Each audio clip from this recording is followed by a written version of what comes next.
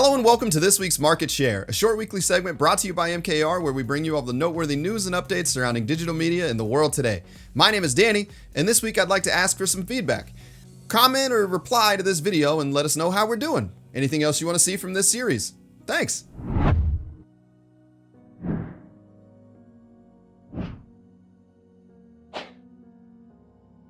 First up this week, a long-standing fear for Twitter users: paid subscriptions!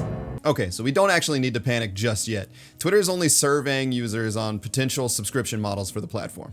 Most of the tools that would be available for a paid subscription are pretty take it or leave it, but some of them are actually really cool for brands or marketers. Those that stand out are advanced video publishing tools, auto replies, social listening, brand surveys, job ads, administrator role management, and better insights. The caveat for marketers is that a paid subscription for Twitter would also probably mean an ad-free browsing experience. Now, I don't foresee our average Twitter user paying for these benefits, so a massive ad overhaul is probably not all that likely, but it's still something to keep in mind. Next up, TikTok is still making headlines in more ways than one. As mentioned in our previous market share, the possibility for a nationwide ban is still a hot button issue. However, despite that fact, Microsoft is actually seriously considering a purchase of the app.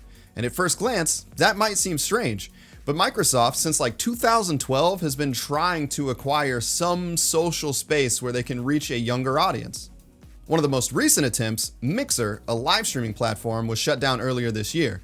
If the ban doesn't happen and the purchase works out, this could prove a very solid investment for Microsoft. Taking a look at a recent study from eMarketer, consumers are spending more and more time consuming mobile media. Compared to the average 3 hours and 24 minutes watching TV each day, a stat that has been on a steady decline, mobile media consumption is at 4 hours and 26 minutes per day, a stat that has been on a steady rise.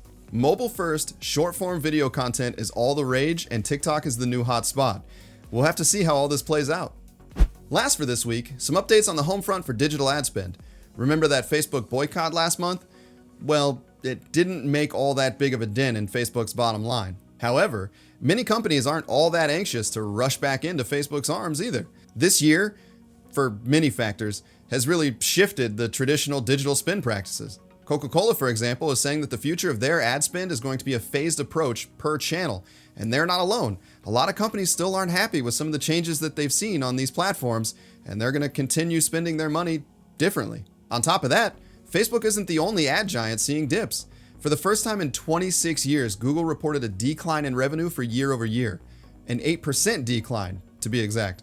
Not so surprisingly, YouTube specifically saw a 5.8% increase year over year.